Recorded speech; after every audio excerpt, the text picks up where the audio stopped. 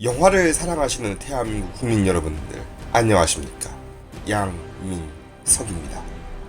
라고 할 줄 알았죠. 양재 신의 픽업 3편에 걸쳐서 저스티스 리그를 살펴보는 시간을 마련했습니다. 이번 시간은 DC 코믹스의 기원을 살펴봅니다. 우리가 왜 저스티스 리그를 보기 전에 DC 코믹스의 역사부터 살펴봐야 할까요? 바로 DC 코믹스가 미국 대중문화의 역사 그 자체이기 때문이며 저스티스 리그 영화 안에 그 역사의 흔적이 묻어나오기 때문입니다. 그래서 조금이나마 역사를 탐험하고 캐릭터를 탐험해보는 시간을 마련했습니다. 잠깐, 왜 마블 영화나 어벤져스 이야기할 땐 이 이야기를 안 했냐고요? 사실 저는 개인적으로 팀 버튼 감독의 배트맨 2를 가장 좋아하거든요. DC. The house that Batman built. At what, Superman? Come at me, bro. I'm your kryptonite. 암튼 배트맨이 먹여 살리고 있는 DC 코믹스는 1934년 내셔널 얼라이드 퍼블리케이션스로 설립됐습니다. 4년 후인 1938년 6월 DC 코믹스는 강철 남자 슈퍼맨을 액션 코믹스 1호에서 소개합니다. 그의 성공으로 만화책 시장은 골든 에이지를 맞이하게 됩니다. 그리고 1939년 5월 인기 시리즈 디텍티브 코믹스 27호에서 배트맨이 날아오릅니다. 디텍티브 코믹스는 훗날 DC의 어원이 됐죠. 그리고 제2차 세계대전이 일어나면서 이런 위기 속 아이들은 자연스럽게 만화책 영웅들을 따르게 됐습니다. 1940년 겨울 슈퍼히어로들이 한데 모여 올스타 코믹스 상호에 찾아왔습니다. 저스티스 소사이어티 오브 아메리카 JSA가 창설된 것입니다. 그 공동경비구역 JSA는 아니고요. JSA는 만화책 역사에서 최초로 등장한 슈퍼히어로 팀이 됐습니다. 당시 멤버로는 아톰, 샌드맨, 스펙터, 플래시, 호크맨, 닥터 페이트, 그린랜턴, 아워맨이 있었습니다. 이렇게 도원결의가 성립된 이후 1941년 상징적인 최초의 여성 슈퍼히어로가 올스타 코믹스 8호에 등장합니다. 수천 년 전 한 무리의 그리스 여신들이 데미스키라의 아마존 부족을 만들었다는 설정을 통해 등장한 원더우먼입니다. 그러나 원더우먼은 JSA에 처음 등장했을 때는 팀의 비서 역할만 했다고 합니다. 지금이라면 말도 안 되는 이야기였겠지만 한편 JSA는 1941년 진주만 공격 이후 급격히 오른 애국주의에 이바지하듯이 1942년에 팀을 임시 해산하고 군대에 입대한 적도 있습니다. 그러나 제2차 세계대전 이후 만화책 산업엔 위기가 찾아옵니다. 슈퍼히어로의 존재가 의미 없어진 마당에 1953년 소년 비행 문제를 조사하기 위해 미국 상원 의회에서는 소위원회가 창설됐는데요. 이듬해엔 만화가 부정적 형태의 대중문화이며 소년 비행의 큰 원인이라고 주장한 정신과 의사 프레데릭 베르탐이 순수한 유혹이라는 책을 집필했고 당대 베스트셀러가 됐습니다. 책에는 이런 내용이 있습니다. 슈퍼맨이 비미국적이며 파시스트다. 원더우먼의 능력과 독립성은 원더우먼을 레즈비언이라고 의심할 수 있다. 배트맨과 로빈이 동성애인 사이다 라는 주장이 있었죠. 결과적으로 만화계는 자기 검열로 전미 만화윤리규정위원회를 만들게 됐습니다. 이것이 바로 코믹스 코드입니다. 코믹스 코드로 일부 만화들은 출판 정지를 당해야 했는데 이런 쇠락에서 이겨내자는 시기가 바로 1956년부터 1969년까지 이어진 실버 에이지입니다. 1956년 9월 쇼케이스 4호를 통해 플래시가 새로운 시대에 맞춰 등장합니다. 제2대 플래시인 베리 앨런이라는 세상에서 가장 빠른 사나이의 등장으로 다시 만화책 시장은 활기를 열었습니다. 1960년 실버 에이지를 이끄는 DC 코믹스의 아이콘 영웅들이 저스티스 리그 오브 아메리카 JLA라는 팀을 만들었고 JSA의 근간에 있던 개념이 부활하게 되죠. JSA의 일부 멤버들은 JLA 팀에 합류했고 당시 리그의 창설 멤버들은 외계 침입자이자 불가사리를 닮은 스타로와 싸우기 위해 모였죠. 그리고 1년 후인 1961년 9월 골든 에이지의 플래시와 실버 에이지의 플래시가 만나면서 멀티버스가 생겨납니다.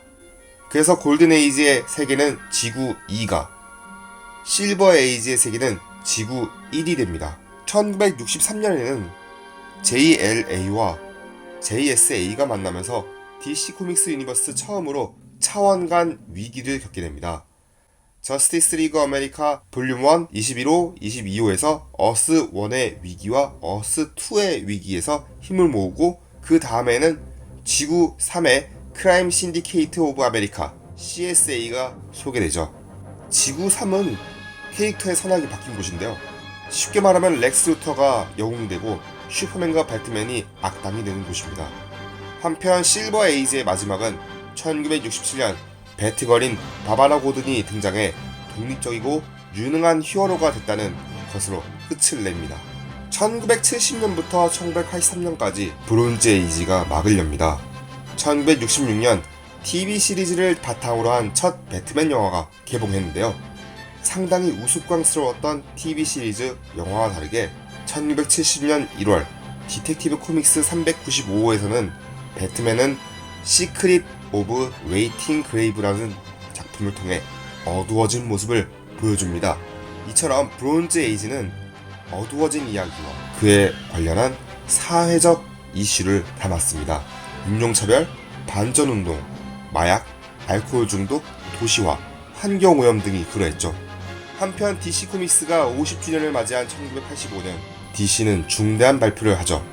고심 끝에 우주를 해체하죠. 바로 팝콘이나 가져와라 로빈 짤로 유명한 무한지구의 위기 크라이시스 온 인피니트 어스가 발간된 것입니다. 안티모니터라는 빌런이 등장해 여러 지구가 사라지게 되고 이 빌런이 사라지면서 결국은 하나의 지구만 남게 되고 이 이벤트로 많은 영웅이 죽고 맙니다. 이후 슈퍼맨, 배트맨, 그리고 원더우먼 같은 캐릭터의 기원은 재정립됐고 새로운 지구와 상황을 맞추기 위한 수정이 대대적으로 이어졌습니다. 앞으로 이런 크라이시스와 리부트는 떡밥처럼 계속됩니다. 그렇게 네 번째 시기인 다크 에이지가 시작됐습니다. 1984년부터 1998년까지 이어진 다크 에이지에서 가장 주목할 작품은 1986년 발간된 배트맨 다크나이트입니다.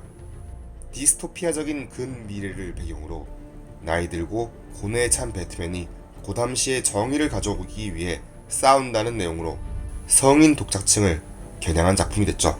이 작품을 만든 이가 바로 신시티와 300의 원작자인 프랭크 밀러입니다. 프랭크 밀러의 이 원작들은 크리스토퍼 놀란 감독이 다크나이트 3부작을 만드는데 큰 영향을 끼쳤습니다. 이후 1986년에는 잭 스나이더의 영화로 알려졌지만 타임지가 선정한 1923년 이후 발간된 100대 소설 중 유일하게 포함된 그래픽 노블 왓츠맨이 등장해 성인 독자층을 사로잡았죠. 다크에이지에서는 인기가 떨어졌다는 이유로 슈퍼맨이 임시로 죽게 됩니다. 1993년 1월 둠스데이와의 결투에서 살해당한 것이죠. 이건 마치 영화 배트맨 대 슈퍼맨 저스티스의 시작에서 나온 그 대목과 유사한데요. DC 코믹스는 자연스럽게 슈퍼맨을 죽이면서 연재에서 하차하려고 했으나 이것 때문에 슈퍼맨의 인기는 오히려 상승했고 DC 코믹스는 슈퍼맨의 부활을 결정합니다. 저스티스 리그 영화를 통해서 다시 슈퍼맨이 부활할 것이라고 여기는 팬들이 많은 이유가 이 지점 때문이겠죠. 당시 코믹스에서는 스틸, 이레디케이터, 슈퍼보이, 사이보그 슈퍼맨이 후계자로 소개되기도 했습니다. 1985년 무한지구의 위기를 통해 지구들은 합쳐졌지만 여전히 설정 문제들은 남아 있었는데요. 1994년 제로아워를 통해서 이런 문제들이 어느 정도 정리됐죠. 그러나 1999년부터 현재까지 이어지고 있는 모던 에이지에서는 이러한 문제들이 완벽히 정리되고 새롭게 시작되는 리부트가 종종 일어났습니다. 2004년 8월 아이덴티티 크라이시스를 통해 JLA의 역사 속 숨겨진 비밀들이 드러나며 영웅간의 불신을 보여주게 되죠. 이런 불신의 상황에서 2005년 12월에는 인피니트 크라이시스가 등장합니다. 무한지구의 위기를 통해 사라진 생존자가 DC 코믹스 유니버스에 등장하고 지구는 52개로 늘어나게 됩니다. 2008년 7월에는 파이널 크라이시스가 발간됐는데요. 다크사이드의 군대가 지구를 정복하고 배트맨이 살해당하며 슈퍼맨이 폭군을 막아낸다는 것입니다. 시리즈가 끝날 무렵 브루스 웨인은 시간여행을 떠났다고 밝혀지는데요. 그 사이 1대 로빈이자 나이트 윙인 딕 그레이슨이 배트맨 역할을 하게 되고 2010년에 브루스 웨인은 돌아오는 길을 찾아낸 후 복귀하게 됩니다. 그러나 2011년 플래시포인트와 뉴 52를 통해서 DCU는 세계관 재정립, 즉 리부트를 단행합니다. 액션 코믹스와 디텍티브 코믹스처럼 오랜 기간 연재한 타이틀이 1호부터 시작하고 슈퍼맨의 기원이나 원더우먼의 과거, 배트맨의 역사가 현대적으로 재해석됐습니다.